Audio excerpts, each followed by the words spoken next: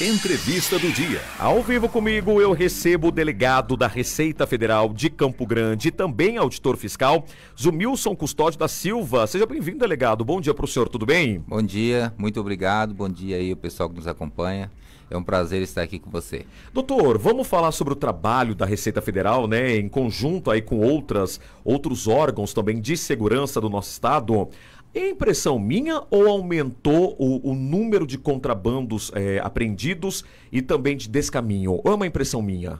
A cada ano vem aumentando, né? A questão vem se profissionalizando, muitas pessoas estão investindo nessa prática para revenderem aqui no Brasil. Então, assim, realmente a questão de eletrônicos, cigarro, vestuário tem se intensificado muito e o volume a cada ano tem sido maior, o volume de apreensões.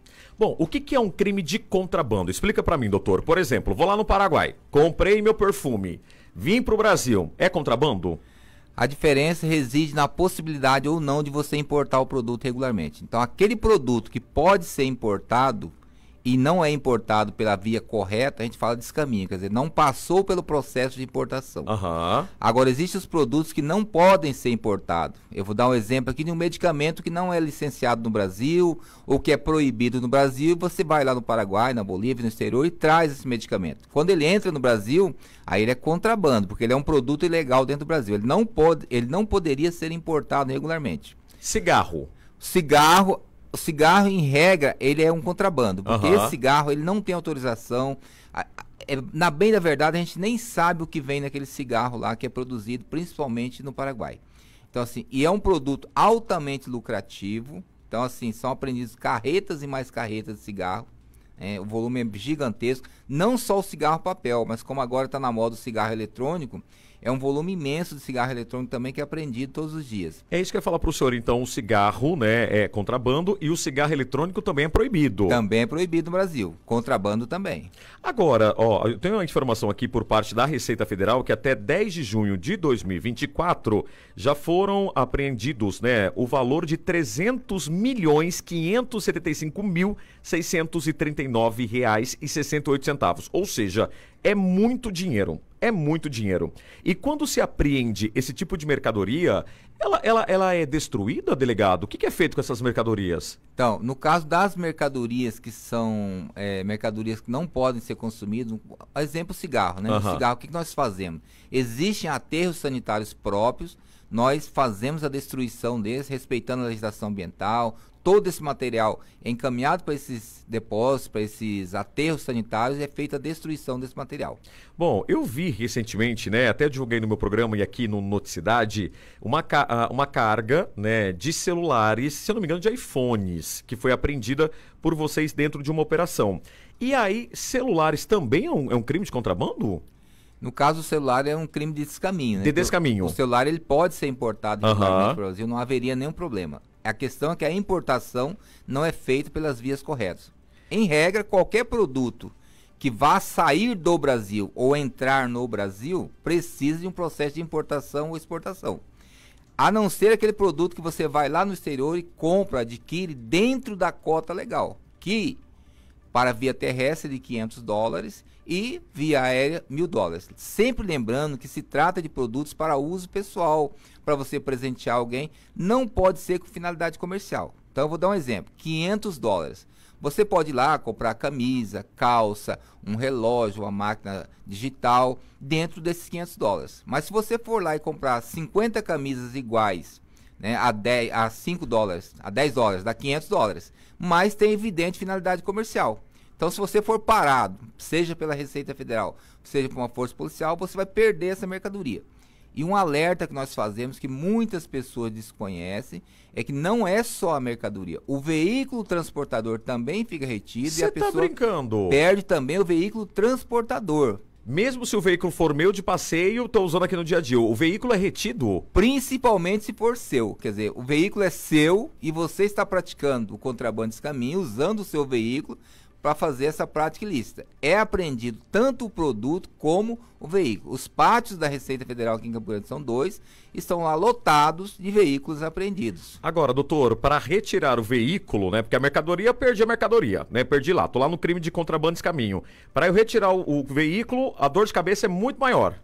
Na realidade, Rodrigo, se ficar caracterizado que você era o proprietário do veículo, que você estava agindo conscientemente ali, utilizando o seu veículo, as chances de você reaver esse veículo são quase zero. Meu Deus! Então, assim, nós vamos dizer, as chances de você reaver o veículo é se você realmente é o proprietário do veículo e você não participou. Se você conseguir comprovar, um exemplo, seu veículo foi furtado, não estava na sua posse, e a pessoa que furtou esse veículo adulterou, trocou placa e foi lá no Paraguai e trouxe, por exemplo, um caminhão lotado de cigarro, ele é apreendido. Nessa situação, você seria um terceiro de boa-fé, você não praticou aquele ilícito tributário, então você teria chance de reaver o veículo.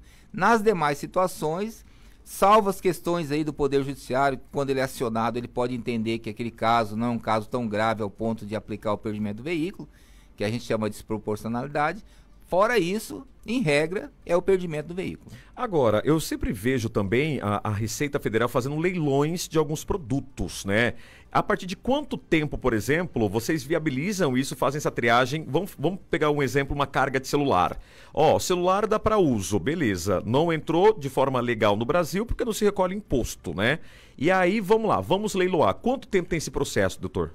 Deixa eu esclarecer aqui. Todos os produtos apreendidos, você está citando a questão do iPhone, do celular, que são milhares que são apreendidos aí e que estão nos depósitos. Muito? É muito celular. Chega a ser apreendido 5 mil, 6 mil, 10 mil de uma vez só. Meu Deus! Então, se todo produto apreendido, nós precisamos dar uma destinação. Qual a destinação possível? A destinação possível é leilão, e no caso celulares, o leilão é mais restrito porque as próprias empresas que importam regularmente têm uma rejeição a você colocar esses iPhones no mercado.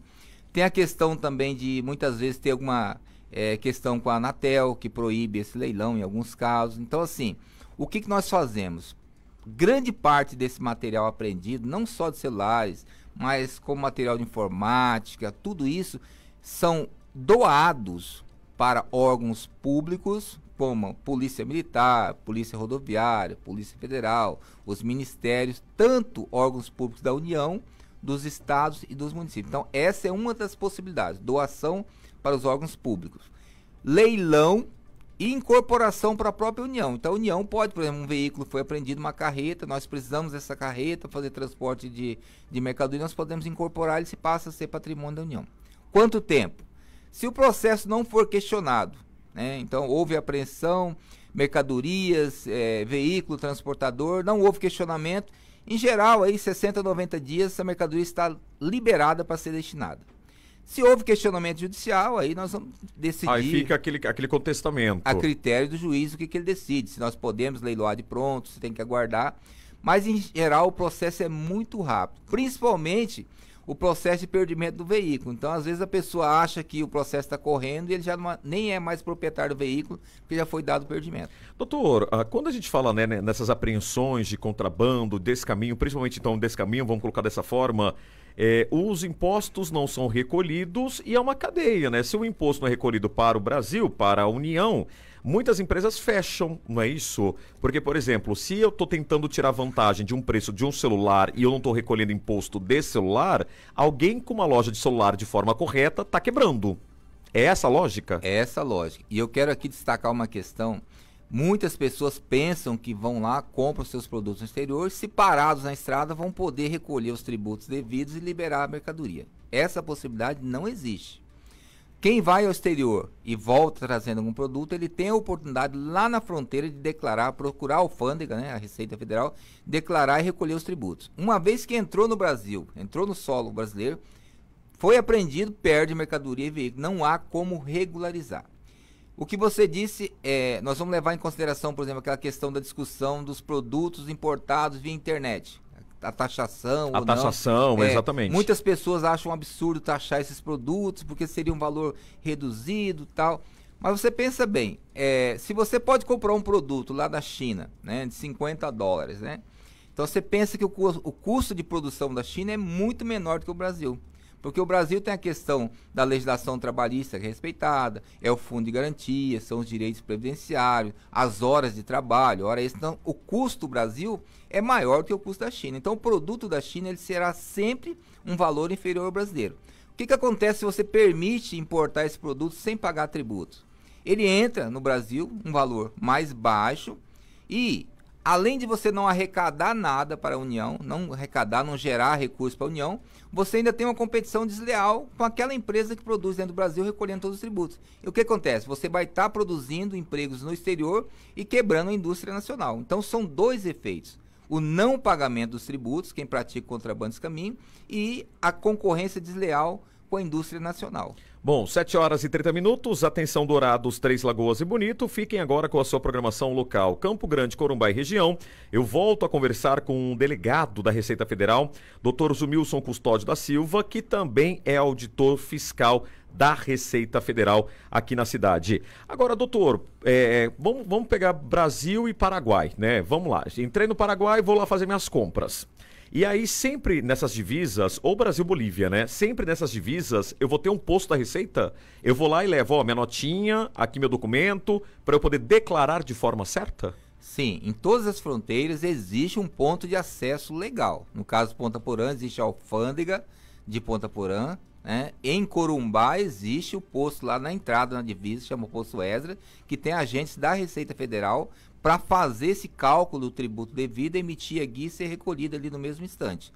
De forma que o produto entre no Brasil legalmente. Uma vez que ele entra no Brasil de forma ilegal, ele não pode mais ser regularizado. Bom, 7h31. Doutor, é aquele prédio, aquele galpão que tem atrás do prédio da Receita Federal ainda, que está tudo guardado, está tudo armazenado? Ali é um dos depósitos. Um dos. Existe um outro depósito aqui em Campo Grande que a gente armazena principalmente veículos. Cada uma das unidades, por exemplo, Ponta Porã tem um depósito próprio, seu pátio próprio para guardar os veículos, Corumbá tem outro, Mundo Novo tem outro. Então, cada unidade tem seu pátio próprio e seu depósito para armazenar as mercadorias que foram apreendidas. E geralmente, para quem comete o crime de contrabando, principalmente cigarreiros, né, eles andam em comboio, não é isso? Porque não é só um carro apreendido, são 5, 7, 10 carros apreendidos. Rodrigo, nós temos de tudo, né? Nós temos aquelas organizações criminosas já com estrutura que transportam várias carretas, tem toda uma organização, tem batedores para identificar se tem órgãos policiais na estrada, se a Receita Federal está na estrada, e tem aquelas pessoas que pegam um veículo, por exemplo, isoladamente, vai lá, enche de cigarro até onde não dá mais e traz, né? Para você ter um exemplo, nós tivemos agora em outubro um único dia que foi feita a fiscalização noturna, num único dia foram apreendidos 22 veículos carregados de mercadoria. Agora, 22 veículos? Num único dia. Você imagina qual é o fluxo de mercadoria que passa todos os dias e que entra no Brasil todos os dias, é o que a gente chama a questão formiguinha, né? Aos poucos. Existe o grande volume, a questão organizada, as organizações que fazem trabalho, mas existe muito essa questão do contrabando, desse caminho formiguinha. As pessoas que vão lá e praticamente 2, 3 vezes, às vezes todos os dias, trazer esse produto de forma ilegal. Bom, doutor Zumilson Custódio da Silva, delegado da Receita Federal em Campo Grande, também auditor fiscal, falando sobre os crimes de contrabando e descaminho. Alerta feito, viu, pessoal? Alerta feito, né? Fim do ano chegando, aumenta o número de apreensões nesse fim de ano, doutor? Natal, Black Friday. Com certeza, assim, sempre que tem datas especiais, né, a tendência é que as pessoas queiram ir lá visitar o exterior, Paraguai, Bolívia. O Paraguai ele tem mais origem de eletrônicos, né, facilidade, perfume, perfumaria, eletrônico, vestuário. A Bolívia é principalmente vestuário, né?